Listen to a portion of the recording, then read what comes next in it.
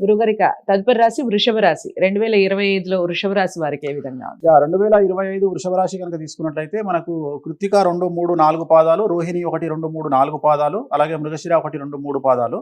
So ఈ సంవత్సరం కనుక 2025లో తీసుకుంటే వీళ్ళకు ఆదాయం 11, వ్యయం 5, అలాగే రాజపూజ్యం 1, అవమానం 3. సో ఆర్థిక పరంగా చాలా అనుకూలంగా ఉన్నటువంటి రాశి. ఈ రాశులన్నింటిలో తీసుకుంటే వృషభ రాశికి ఎక్స్ట్రీమ్ రాజయోగం అనేటువంటిది ఈ సంవత్సరం కనిపిస్తూ ఉంది. గురువు అనుకూలంగా ఉన్నాడు, రాహు అనుకూలంగా ఉన్నాడు, శని అనుకూలంగా ఉన్నాడు. సో విపరీతమైనటువంటి రాజయోగము వృషభ రాశి జాతకులకు ఈ సంవత్సరం కలగబోతా ఉంది.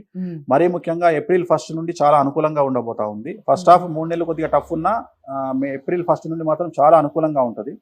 సో ఈ సంవత్సరం స్పెషాలిటీ ఏంటి అంటే ఈ రాశి స్త్రీ పురుషులకు కానీ, ఉద్యోగస్తులకు కానీ, విద్యార్థులకు కానీ, వ్యవసాయదారులకు కానీ, పారిశ్రామికవేత్తలకు కానీ, రాజకీయ నాయకులకు కానీ అందరికీ పట్టిందల్లా బంగారంగా ఉండబోతుంది ఈ సంవత్సరం.